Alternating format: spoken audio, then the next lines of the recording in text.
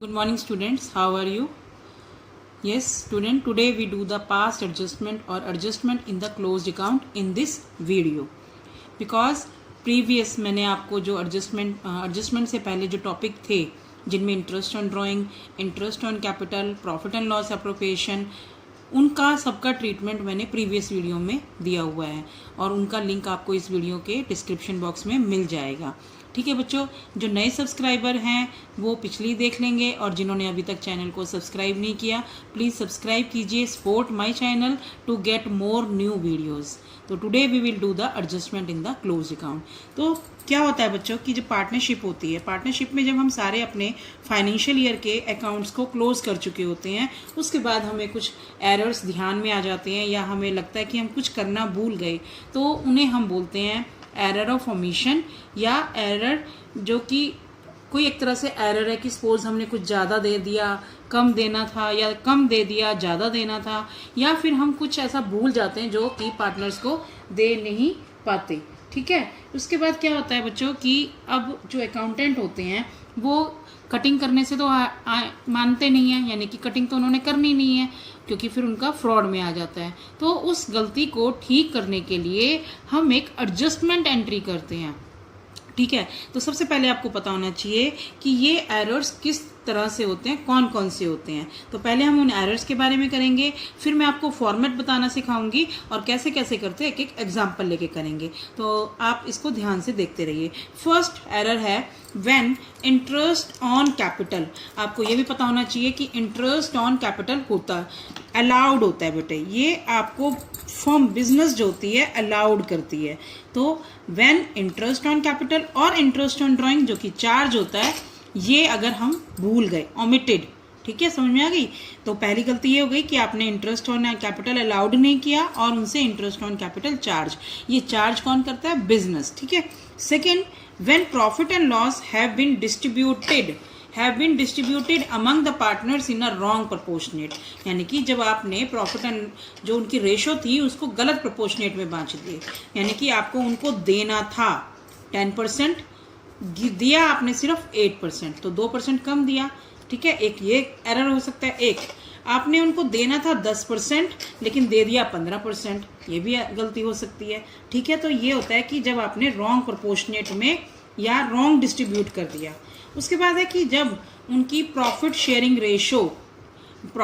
Ratio में change हुआ हो, कि जैसे पहले वो कर रहे थे 3:1, now they want to do 1:1:1 में। आपको ये तो पता ही है कि जो पार्टनरशिप होती है उसमें प्रॉफिट एंड लॉस उनकी शेयरिंग रेशो डिसाइड होती है, डीड में मैंने आपको बताया था। उसके बाद हो सकता है कि वो पहले इक्वल बांट रहे हो, फिर एक कहता है कि मैंने ज़्यादा काम करता हूँ इसलिए मुझे दुगना हिस्सा मिलना चाहिए, तो उन्होंने रेशो डिसाइड की 2:1:1, तो इसका भी इफेक्ट पड़ेगा। तो इसको भी हम, इस एरर को हम कैसे ठीक करेंगे? By passing the adjustment account. उसके बाद है कि हो सकता है कि आप पार्टनर की सैलरी, कमीशन, बोनस जो देना था वो आप देना भूल गए हो, तो इस तरह से आपके एरर आ सकते हैं।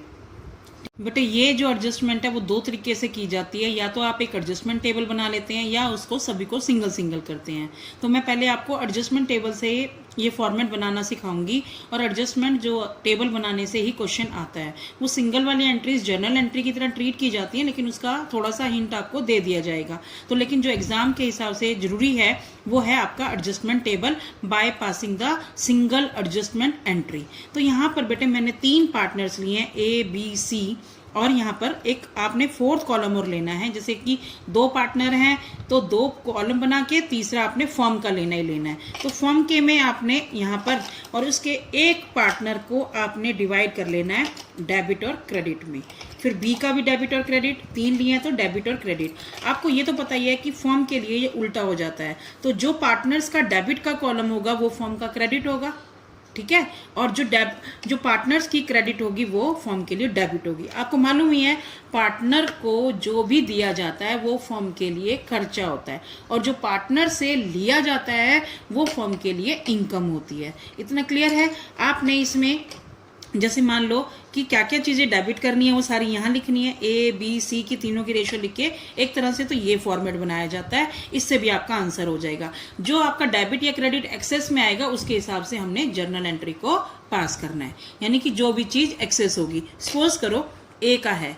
ए का डेबिट और क्रेडिट दोनों को मेजरमेंट करने से, कंपैरिजन करने से तो आपका क्रेडिट वाला बैलेंस बच जाता है, एक्सेस क्रेडिट बच जाता है। तो ए का कैपिटल या करंट अकाउंट आपका क्रेडिट होगा। यहां पर आप लिख सकते हैं एज कैपिटल और करंट अकाउंट, जो भी आप चाहें तीनों पार्टनर के हिसाब से लिख सकते हैं। क्लियर? एक इस फॉर्मेट को आपने ऐसे भी बना सकते हैं, ये भी एक फॉर्मेट है, जिस बच्चे को जैसे समझ में आए दोनों तरीके से बना सकता है। यहाँ पर आप पार्टिकुलर लिखेंगे, फिर यहाँ पर तीनों पार्टनर का कॉलम आ जाएगा, लेकिन यहाँ पर अलग अलग नहीं है, यहाँ पर आपका टोटल आ जाएगा। फॉर एग्जाम्पल, जैसे आपको पता है कि interest on capital is allowed, आपने यहाँ पे इंटरेस्ट ऑन कैपिटल लिखा।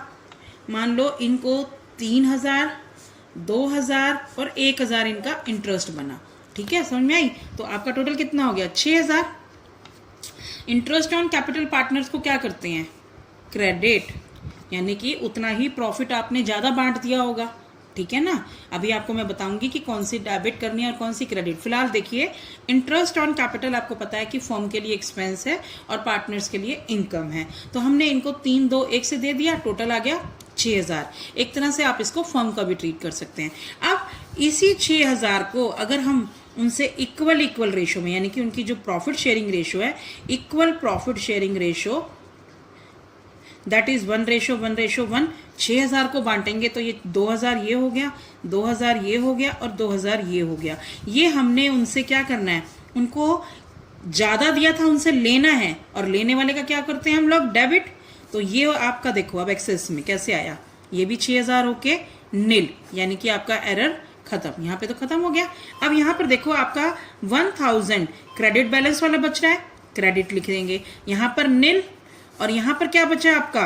1000 डेबिट वाला। मैंने आपको कहा था कि जो एक्सेस में आएगा वही लिखना है। तो इसकी एडजस्टमेंट एंट्री कैसे पास होएगी? डेबिट वाला है, सीज current account debit to as current account, यानी कि ए को अभी हमने देना है। तो 1000 डेबिट हो जाएगा और 1000 ए का क्रेडिट हो जाएगा। ठीक है, समझ में आ गई? आपको एडजस्टमेंट आई? अब आपको देखना है कि क्या क्या चीजें हम लोगों ने डेबिट करनी है और क्या क्या क्रेडिट करनी है।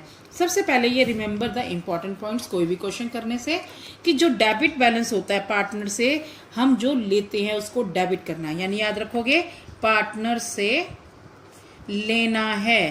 क्या क्या ले सकते हैं हम लोग? इंटरेस्ट ऑन ड्रॉइंग, और जैसे मान लो कि आपने प्रॉफिट ये वाला 2000 वाला ऊपर मैंने कहा था ना कि आपने 6000 का ज्यादा बांट दिया, अब उनसे ले लो, तो ये डेबिट किया। तो जो भी profit to be taken, maximum यही 2 चीजें होती हैं जो उनसे लेते हैं। तो ये 2 चीजें याद रखना, इंटरेस्ट ऑन ड्रॉइंग और profit to be taken. Clear? उसके बाद क्रेडिट में इंटरेस्ट ऑन कैपिटल देनी होती है, सैलरी, बोनस, कमीशन देना होता है, and profit to be given, बाद में आप उसको जो प्रॉफिट देते हैं, ये सारी चीजें आपको क्रेडिट करनी होती हैं। समझ में आ गई बच्चों? एडजस्टमेंट टेबल कैसे करनी है, एग्जाम्पल नेक्स्ट वीडियो में करेंगे। Thank you. अगर आपको वीडियो पसंद आई है तो आप इसको लाइक कीजिए, सब्सक्राइब कीजिए, ताकि आपको नई नई वीडियोस मिलती रहें और मुझे हौसला होता रहे। Thank you.